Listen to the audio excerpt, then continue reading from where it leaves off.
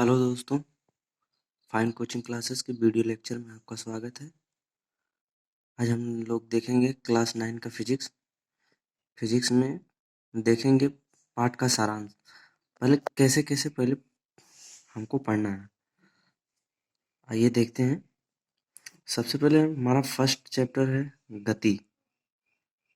उठाया मोशन से, मतलब पहला गति की परिभाषा पढ़ेंगे, फिर इसके बाद गति के प्रकार, फिर गति संबंधित कुछ मूलभूत पद, फिर एक समान गति और असमान गति, फिर वेग, त्वरण, गति के ग्राफीय प्रदर्शन, ग्राफीय विधि से गति के समीकरण, एक समान वृत्तीय गति। फिर दूसरे चैप्टर में क्या है, बल तथा गति के नियम। उसमें हम पढ़ेंगे बल, फिर न्यूटन के गति के नियम, रेखीय संवेग संरक्षण का सिद्धांत।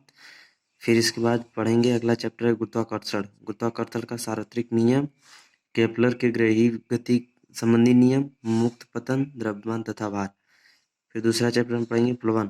प्लवन में होता है प्ररोध तथा दाब, तरलों में दाब, घनत्व, फिर आपेक्षिक घनत्व।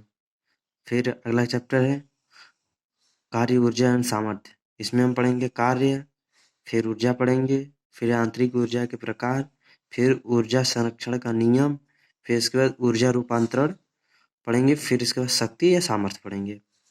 फिर अगला पढ़ेंगे चैप्टर ध्वनि में। ध्वनि पढ़ेंगे ध्वनि का उत्पादन एवं प्रकृति, ध्वनि का संचरण, ध्वनि तरंग, ध्वनि के अभिलक्षण, विभिन्न माध्यमों में ध्वनि की चाल, फिर ध्वनि तरंगों का परावर्तन, फिर एक श्रव्यता का परिसर, फिर मानव कण आदि चैप्टर के बारे में हम अध्ययन करेंगे। लेकिन पहला चैप्टर हम जो है कि गति से देखेंगे। गति से उठाएंगे हम लोग, गति पढ़ेंगे, फिर गति के प्रकार पढ़ेंगे, पहले गति की परिभाषा पढ़ेंगे। तो आइए देखते हैं आगे। तो हम देखते हैं गति है क्या। तो गति मतलब कोई वस्तु समय के सापेक्ष मतलब परिवर्तन होता है। तो मतलब यदि किसी वस्तु की स्थिति में समय के साथ कोई परिवर्तन नहीं होता है तो वस्तु विरामावस्था में कहलाती है। जैसे मेज पर रखी एक किताब विरामावस्था में है, मतलब मेज पे कोई किताब रखी हुई वो विरामावस्था में है।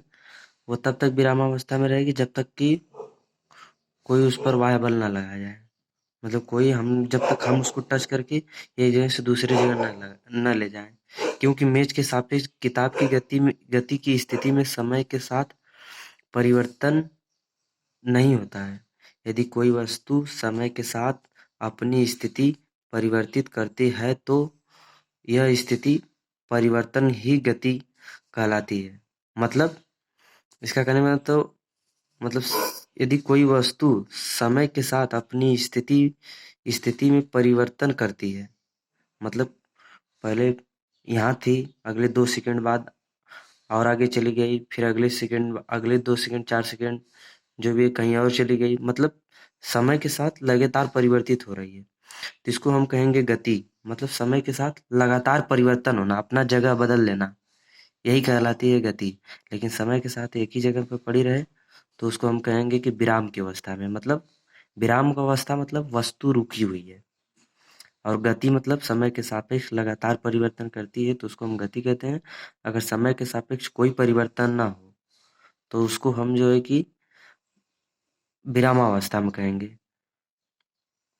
इन नोट पॉइंट में एक चीज देखेंगे, गति और विरामावस्था परस्पर आपेक्षिक या इंग्लिश में कहें तो रिलेटिव है। एक ही वस्तु किसी प्रेक्षक के लिए विराम स्थिति में हो सकती है जबकि दूसरे प्रेक्षक के लिए गति अवस्था में होगी। यही गति की सापेक्षता कहलाती है।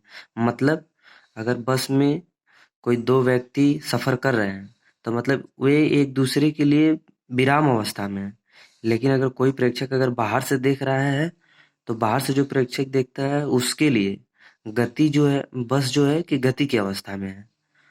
तो या अंदर से अगर व्यक्ति बाहर से अगर देखता है तो हम कहेंगे कि बाहर का व्यक्ति जो है कि रुका हुआ है।